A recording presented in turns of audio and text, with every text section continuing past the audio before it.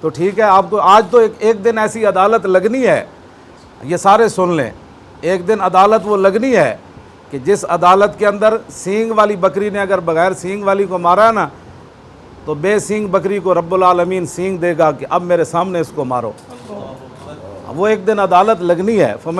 ہم تو یہ جتنے بھی کیا ہم برداشت کیا کریں برداشت؟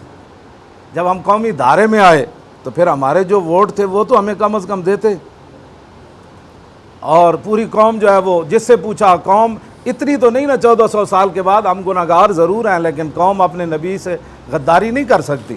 جب اتنے بڑے 7 سال میں حملے ہوئے تھے تو اس کا جواب یہی تھا جو قوم باہر نکلی، اور وہ لوگ بھی نکلے 80 سال، ہمارے اپنے گاؤں کی ہمارے رشتہ دار ایک خاتون ہے، اس نے کہا مجھے چارپائی پر جو ہے نا لٹا کر لے جاؤ، یہ مسئلہ حضور کی ختم نبوت کا ہے، تو اس کے ہاتھ بھی ایسے کامتے تھے، وہ اپنی پوتی کو ساتھ لے کر گئی کہ میرا ہاتھ پکڑ کر رکھنا۔ تو جب یہاں تک اتنی بوڑھی عورتوں کے جذبات تھے تو جوانوں کے کیا جذبات ہوں؟ تو ٹھیک ہے، انہوں نے جو کیا ہے ہم اس کی مذمت بھی کرتے ہیں، اور پیر صاحب نے جو پیشوا اہل سنت نے اعلان کیا 6 اگست والا وہ بھی ہے۔ اور اس کے بعد یہ میں آپ سے دست بستہ عرض کر رہا ہوں سب صحافیوں سے، آپ کو میرے بارے میں بہت ساری شکایات بھی ہوں گی، لیکن حشر کو ہوگا یہ معلوم کہ جیتا کون اور ہارا کون۔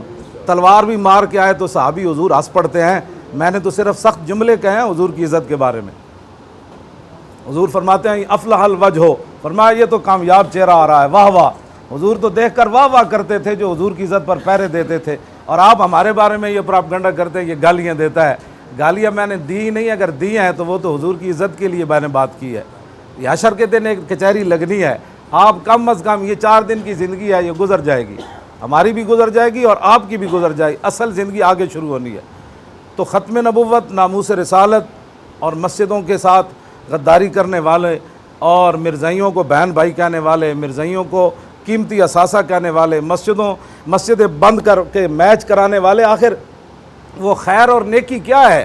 ہمیں بھی تو بتائیں نا، مسجدوں کو بند کرنا خیر ہے کہ شر ہے؟ ہندوؤں کے مندر میں جا کر کہنا کہ جناب یہ عارضی لکیر ہے، بولی ہماری ایک ہے۔ اگر بولی ایک ہونا جو ہے وہ پاکستان پھر کیوں بنا؟ بولی اگر ایک تھی تو پھر یہ تو قائد اعظم کے پاس جانا چاہیے، اس کی قبر پر، اقبال کی قبر پر جانا چاہیے تھا کہ بابا جب بولی ایک تھی تو آپ نے لاکھوں بندے کیوں مروائے، لاکھوں سہاگ کیوں اجڑے، دنیا کی بڑی ہجرت کیوں کی؟ یہ ساری باتیں جو ہے وہ اس لیے میں آپ کے سامنے کر رہا ہوں کہ بالکل ہر چیز الٹائی جا رہی ہے۔ تو آپ حضرات کی بھی ذمہ داری ہے کہ جو حق جو ہمیں غلط ہے بالکل کھول کر کہے آپ کی یہ غلطی ہے۔ لیکن جنہوں نے غلط کام کیے ہیں، آپ نے مسجدیں بند ہوتی دیکھی ہیں، وَمَنْ أَظْلَمُ مِمَّن مَنَعَ مَسَاجِدَ اللَّهِ يُذْكَرَ فِيهَا، اللہ تعالیٰ فرماتا ہے اس سے بڑا ظالم کون ہے کہ جو مسجدوں کے اندر اللہ کا ذکر ہونے سے روکے تھے۔ جنہوں نے 3 دن مسجدیں اللہ کے گھر کو بند رکھا وہ ظالم نہیں تھے؟ ان سے بڑا ظالم کوئی نہیں تھا۔ ظالم صرف وہی ہوتا ہے جو آپ کی جیب سے پیسے نکالے یا مجھے تھپڑ مار دے، ظالم وہی ہوتا ہے۔ تو انہوں نے جو بھی ظلم کیے وہ سب کچھ کیے، لیکن کسی نے بھی احتجاج نہیں کیا کہ جناب مسجدیں کیوں بند ہوئیں، اللہ کے گھر کیوں بند ہوئے؟ صرف میچ کرانے کے لیے۔ جب میچ ہو گیا تو آواز آئی کہ جناب آج پاکستان دنیا میں سرخرو ہو گیا، تو کیا لاکھوں لاشیں میچ کرانے کے لیے، صرف ایک میچ کرانے کے لیے پاکستان بنا تھا؟ ہم بالکل صحیح نظریہ پاکستان کی طرف قوم کو لے جا رہے ہیں، اور اسی نظریے کی طرف لے جا رہے ہیں جس کے لیے اقبال نے کہا تھا کہ بلال از حبش صہیب از روم، سلمان از فارس اور ابو لہب از مکہ اینچے بولا جبیست۔ اقبال جس نظریے کی طرف گیا تھا اسی نظریے کی طرف ہم پاکستان کو لے جا رہے ہیں۔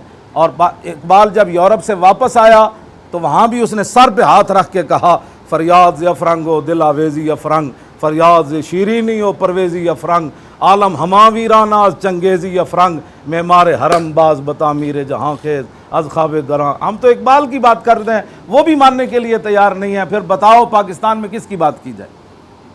اس واسطے تحریک لبیک یا رسول اللہ جتنا بھی الیکشن ہوا اس کے اندر ہمارے پاس شواہد بھی موجود ہیں، جن لوگوں کے ساتھ زیادتیاں ہوئیں ان کے وہ بھی موجود ہے، خواتین کو دھکے دیے گئے وہ بھی موجود ہیں، ہمارے لوگوں کو سادے کاغذ پر لکھ کے دھکا دے کر باہر نکالا گیا، یہ باتیں بھی موجود ہیں، یہ ساری باتیں۔ لیکن ہمارا اپنا ملک ہے، ہم یہیں رو سکتے ہیں، نہ ہم کسی غیر کو بلانے والے ہیں، نہ ہم ملک کے خلاف کوئی بات کرنے والے ہیں، نہ ملک کے دشمنوں کے ساتھ کوئی صداگری کرنے والے ہیں۔ ہم نے بات بھی یہاں ہی کرنی ہے اور اپنے بندوں سے ہی کرنی ہے. ہاں جی, ہمارا ظاہر بھی یہی ہے, ہمارا باطن بھی یہی ہے. ہاں, اگر کوئی پاکستان کی طرف میلی آنکھ کرے گا تو آپ کو پتہ ہے میرا لہجہ کیا ہے, میں مودی کو کیا کہتا ہوں, ٹرمپ کو بھی کیا کہتا ہوں, لیکن اپنوں کو بھی چاہیے کہ وہ خیال کریں. اس کو تعصب قیامت قائم رکھنا ہے تو تم خود نہیں چاہتے تبدیلی آئے. ہم نے تو بندے لا کے کھڑے کر دیے تھے جو بددیانت نہیں تھے, جو چور نہیں تھے, لچے نہیں تھے, تو آپ خود نہیں چاہتے تبدیلی نہ آئے. تو پھر دیکھ لیں, اللہ تعالیٰ کی عدالت جو ہے وہ بڑی سخت ہے. یہ نہ ہو کہ سب پر گرفت آ جائے. اللہ تعالیٰ پاکستان کو تعصب قیامت قائم رکھے اور آپ کی نسلوں کو, ہماری نسلوں کو بھی قائم اور دائم رکھے. ہاں, 6 والے دن میرا پیغام ہے میڈیا کے ذریعے, آپ چلا دیں تو آپ کی مہربانی ہے کہ 6 والے دن لاہور سارے پہنچیں. 2 بجے انشاءاللہ داتا صاحب سے اسمبلی ہال تک جو ہے وہ مارچ ہوگا, احتجاجی مارچ ہوگا دھاندلی کے خلاف. صاحب یہ بتائیے گا کہ آپ نے کہا ہے کہ احتجاج کریں گے الیکشن میں جو دھاندلی ہوئی ہے اس کے خلاف, تو آپ یہ بھی کہہ رہے ہیں کہ ضمنی الیکشن میں بھرپور حصہ لیں گے. تو اگر آپ سمجھتے ہیں کہ الیکشن میں دھاندلی ہوئی ہے تو ضمنی الیکشن کا بائی کاٹ کیوں نہیں کرتے؟ اس لیے نہیں کرتے کہ مزید دیکھتے ہیں یہ کیا آگے آگے دیکھیے ہوتا ہے کیا. علامہ صاحب, یہ تسلسل جو ہے احتجاج کا تسلسل جاری رہے گا یا 6 اگست کے بعد اس میں ٹھہراؤ آ جائے گا؟ جی, اس کے بعد یہ تسلسل جاری رہے گا؟